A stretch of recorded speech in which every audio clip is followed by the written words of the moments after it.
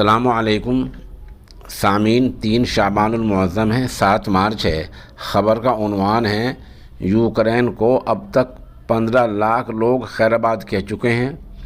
दूसरा उन्वान है वहाँ के एक शहर के तेल डिपो में भीषण आग लग गई है जिससे बड़ा नुकसान हुआ है। ख़बर थोड़ी तफसील से सुन लें। रूस और यूक्रेन की जंग को आज 12वां दिन है और इस बीच खबर ये आ रही है कि 15 लाख लोग यूक्रेन को खैराबाद कह चुके हैं, जो आसपास मुल्क हैं उनमें जा चुके हैं। उधर खबर ये आई कि यूक्रेन का शहर है लुहानस्क, इसके तेल के डिपो में आज आग लग गई है। वहाँ के हिसाब से ये आग लगभग 7 बजे लगी है और हमारे हिंदुस्तान के वक्त के लिहाज से ये आग लगभग 10 बजे लगी है।